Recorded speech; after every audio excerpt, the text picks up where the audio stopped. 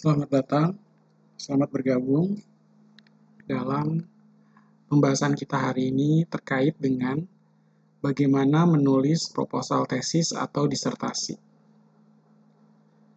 Ya, seperti apakah rencana bagi teman-teman, Bapak Ibu untuk melakukan penulisan proposal tesis atau disertasi. Nah, pertama, tips untuk menulis proposal tesis atau disertasi, kita akan membuat kerangka proposal tesis atau disertasi yang sudah kita rencanakan. Kerangka kerja ini harus mencakup yang pertama adalah topik dari tesis atau disertasi yang ingin kita buat. Lalu metode penelitian, kemudian cara pengumpulan data. Selanjutnya, sebuah proposal tesis atau disertasi yang baik harus mencakup 9 poin utama.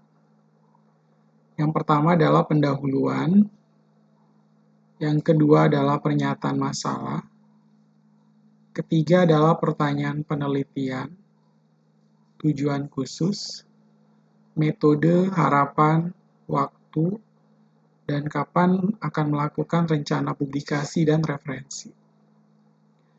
Nah, ketika rekan mengatur usulan tesis atau disertasi, sedemikian rupa penasehat atau dosen atau promotor, kopromotor 1 dapat dengan mudah menentukan poin-poin penting dari tesis atau disertasi yang ingin kita buat. Nah, tips menulis proposal tesis atau disertasi. Umumnya, proposal tersebut harus mencakup 20 halaman. Cobalah untuk mengatur proposal rekan dengan benar dan menambahkan halaman judul, daftar isi, rencana kerja, dan daftar referensi. Saat menulis pendahuluan, pastikan rekan telah menggambarkan penelitian yang akan dilakukan dan bagaimana hal itu berkaitan dengan disiplin atau konsentrasi yang sudah kita miliki. Cobalah untuk membujuk pembaca bahwa topik dari rekan itu sangat penting, bahwa rekan benar-benar tertarik dan ingin memperdalam pengetahuan rekan di bidang tersebut. Kemudian, menulis tentang pertanyaan penelitian, mengatur pikiran dari rekan sedemikian rupa untuk membuktikan bahwa pertanyaan-pertanyaan atau masalah benar-benar layak mengklarifikasi dan meneliti. Nah, ketika Bapak Ibu menyajikan metode penelitian yang sudah dibuat, cobalah untuk menyebutkan berbagai metode yang nanti Bapak Ibu bisa, karena akan membuktikan bahwa hasil penelitian dari Bapak Ibu ini dapat diandalkan. Karena tujuan dari pembuatan penelitian ini kan menghasilkan novelty atau kebaharuan. Bisa memberikan wawasan pengetahuan yang baru dalam ilmu pengetahuan. Sehingga hasil penelitian yang kita buat ini harus dapat diandalkan. Kemudian memprediksi hasil yang mungkin dari tesis atau disertasi Bapak Ibu. Tulis apa yang Bapak Ibu ingin capai. Wajar kalau Bapak Ibu cukup ambisius dan menulis bahwa Bapak Ibu berharap bahwa prestasi tesis atau disertasi Bapak Ibu ini akan menjadi kontribusi yang cukup besar ke dalam pengetahuan manusia atau ke dalam disiplin tertentu. Jangan lupa bahwa tesis atau disertasi ini tidak hanya langkah untuk mendapatkan gelar, tetapi dasar dari karir masa depan Bapak Ibu. Itulah sebabnya mencoba untuk menjadi kreatif saat menulis tesis atau disertasi dan juga proposal tesis atau disertasi Bapak Ibu.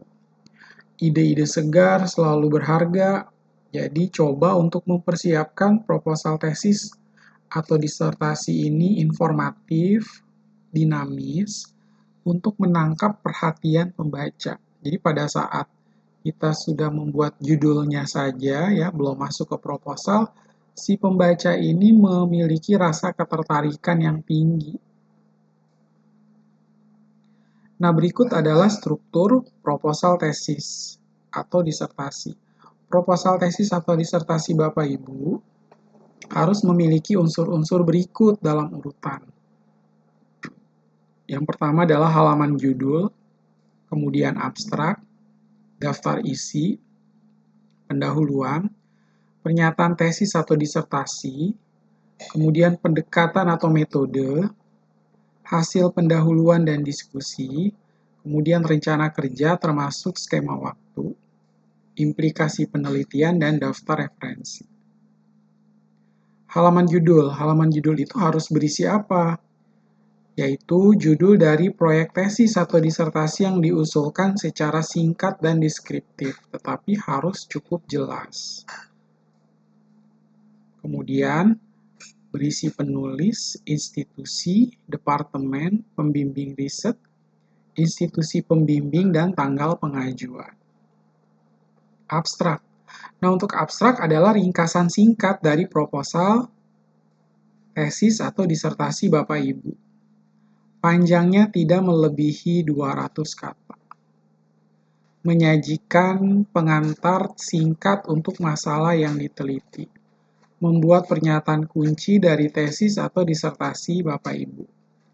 Lalu memberikan ringkasan tentang bagaimana Bapak Ibu ingin untuk mengatasi masalah tersebut.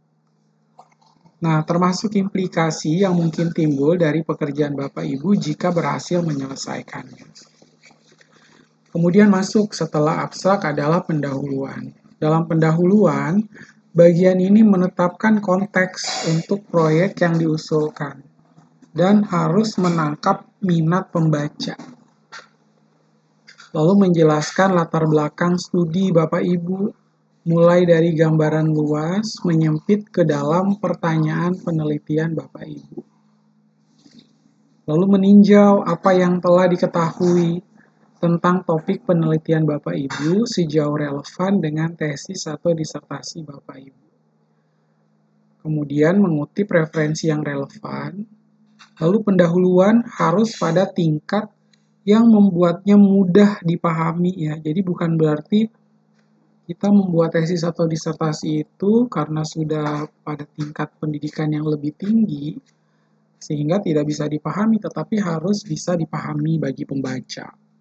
Dengan latar belakang ilmu pengetahuan, ya, misalnya siapa teman sekelas kita. Jadi ketika mereka membaca pun mereka paham, ya, dengan apa yang ingin kita tulis, dan itu kita tuangkan di dalam pendahuluan. Kemudian pernyataan tesis atau disertasi. Dalam beberapa kalimat susunlah pernyataan tentang tesis atau disertasi Bapak Ibu. Nah, pernyataan ini dapat mengambil bentuk hipotesis, pertanyaan penelitian, laporan pertanggungjawaban proyek, atau pernyataan tujuan. Nah, pernyataan tesis atau disertasi ini harus menangkap esensi proyek Bapak Ibu yang Bapak Ibu maksudkan, dan juga membantu untuk menempatkan batas-batas penelitiannya. Kemudian pendekatan atau metode. Bagian ini memuat deskripsi keseluruhan pendekatan Bapak Ibu, bahan dan prosedur. Lalu metode apa saja yang akan digunakan? Lalu bagaimana data akan dikumpulkan dan dianalisis? Apa bahan yang akan digunakan? Ya, termasuk perhitungan, teknik, prosedur, peralatan, dan grafik kalibrasi. Rinci keterbatasan, asumsi, dan berbagai validitas. Lalu kutipan harus dibatasi pada sumber data dan deskripsi lebih lengkap dari prosedur. Ya, tidak termasuk hasil dan pembahasan hasil di sini. Kemudian hasil pendahuluan dan pembahasan. Ya, di dalam hasil pendahuluan dan pembahasan untuk disertasi atau tesis kita, menyajikan hasil apapun yang sudah Bapak Ibu telah peroleh. Lalu membahas bagaimana hasil-hasil itu cocok dalam rangka tesis atau disertasi Bapak Ibu. Kemudian rencana kerja termasuk timetable. menjelaskan secara rinci apa yang Bapak Ibu lakukan sampai selesainya proyek tesis atau disertasi tersebut. Daftar tahapan proyek Bapak Ibu dalam bentuk format tabel, menunjukkan tenggat waktu atau due date yang telah ditetapkan untuk menyelesaikan setiap tahap proyek, termasuk pekerjaan yang telah Bapak Ibu selesaikan. Lalu mendiskusikan tantangan tertentu yang perlu diatasi apa saja. Nah, ini juga tidak kalah pentingnya, yaitu implikasi penelitian. Dalam implikasi penelitian, pengetahuan apa yang baru akan dihasilkan dari penelitian yang diusulkan yang belum kita ketahui. Kemudian, mengapa layak untuk mengetahui pengetahuan baru tersebut? Dan seberapa besarnya sih implikasi tersebut? Ya, tentunya dari penelitian ini tentu harus ada implikasinya ya, bagi siapa, lalu hasilnya itu, implikasinya itu apa.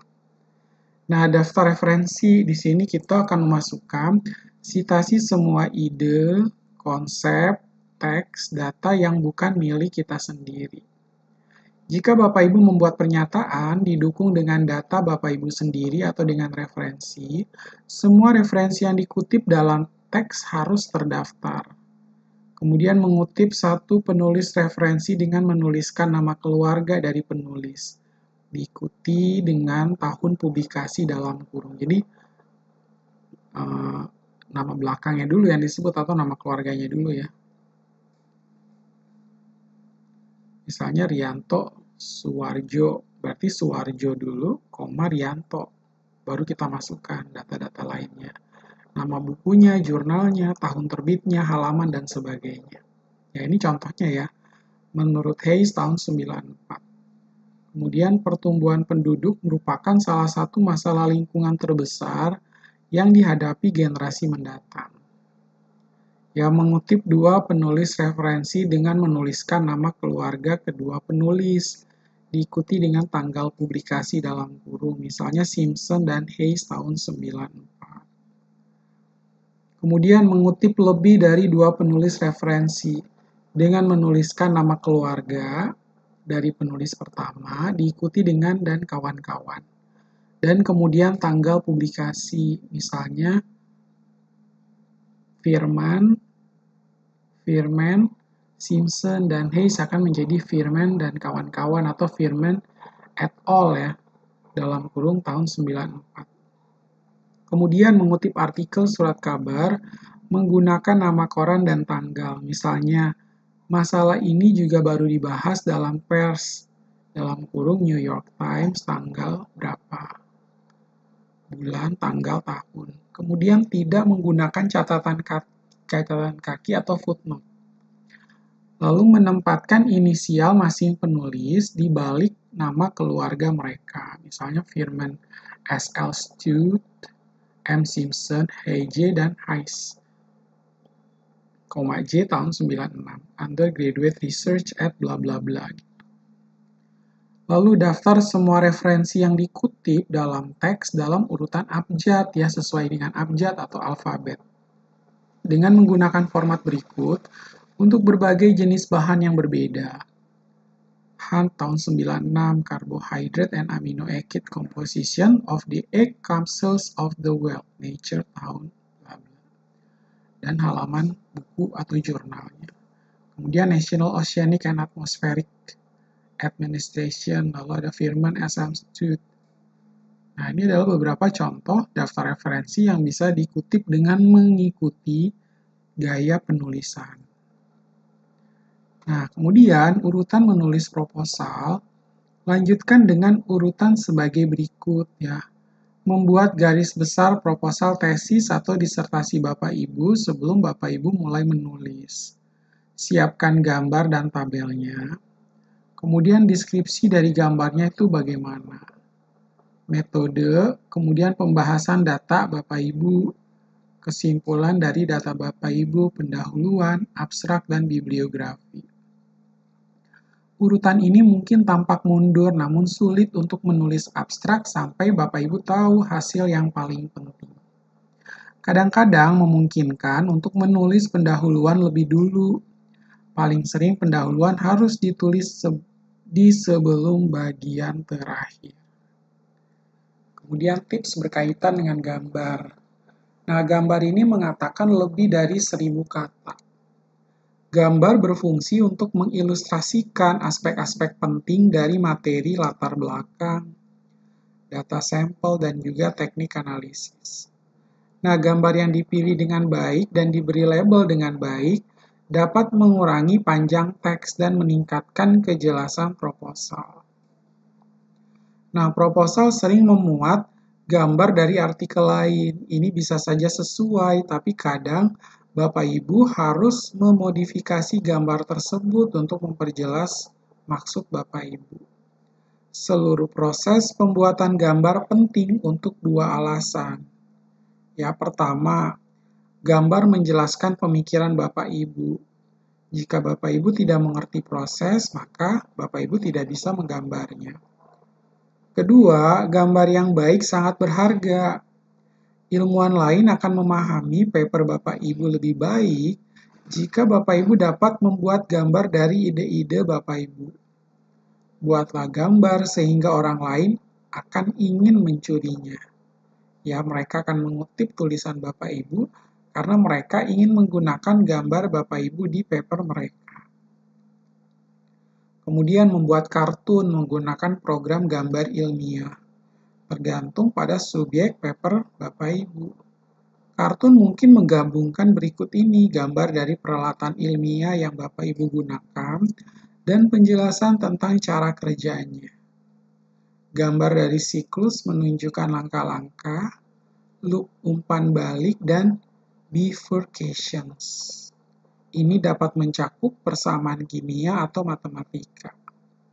Lalu diagram alir yang menunjukkan langkah-langkah dalam proses dan kemungkinan penyebab dan konsekuensi. Nah, memasukkan grafik dalam teks atau di lembar terpisah dimasukkan dalam proposal tesis atau disertasi. Selanjutnya adalah tata bahasa atau ejaan. Nah, tata bahasa dan ejaan yang buruk mengalihkan perhatian dari isi proposal. Membaca berfokus pada masalah tata bahasa dan ejaan dan kehilangan gagasan kunci yang dibuat dalam teks.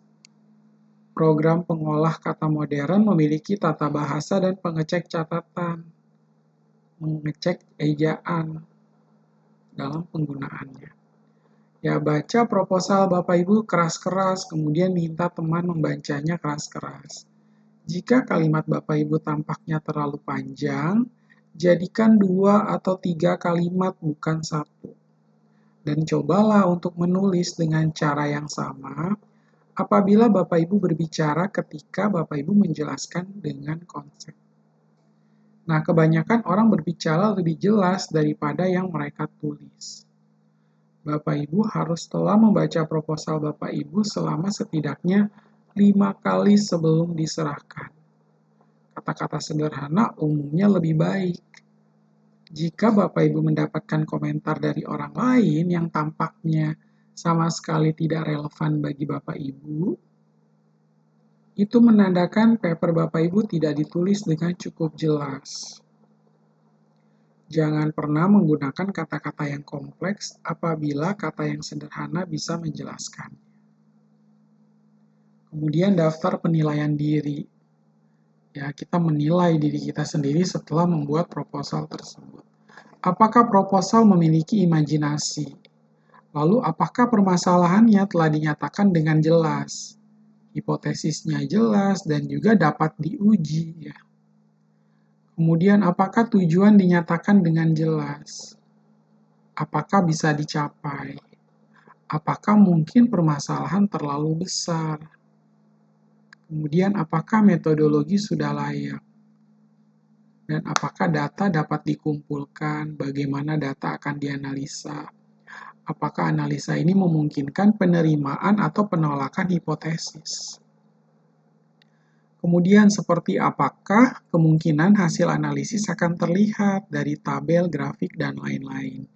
Apa konsekuensinya jika percobaan gagal atau datanya tidak dapat diperoleh? Analisisnya tidak meyakinkan dan hipotesis ditolak atau diterima. Kemudian, dapatkah kegiatan penelitian utama didaftar? Dapatkah perkiraan waktu dibuat untuk setiap kegiatan? Nah, sekali lagi, apakah dimensi dari proyek tersebut dapat dikelola? Oke, demikian untuk penjelasan kita hari ini terkait dengan teknik penulisan proposal, disertasi, atau tesis. Silakan bagi Bapak Ibu, apabila ada pertanyaan untuk bertanya di kolom komentar di bawah, dinyalakan tombol notifikasinya, dan di-subscribe apabila video ini bermanfaat. Sehingga nantinya saya bisa sharing lagi video-video lain yang nantinya bisa menambah wawasan berkaitan dengan penelitian. Demikian, terima kasih dan sampai jumpa di pertemuan berikutnya.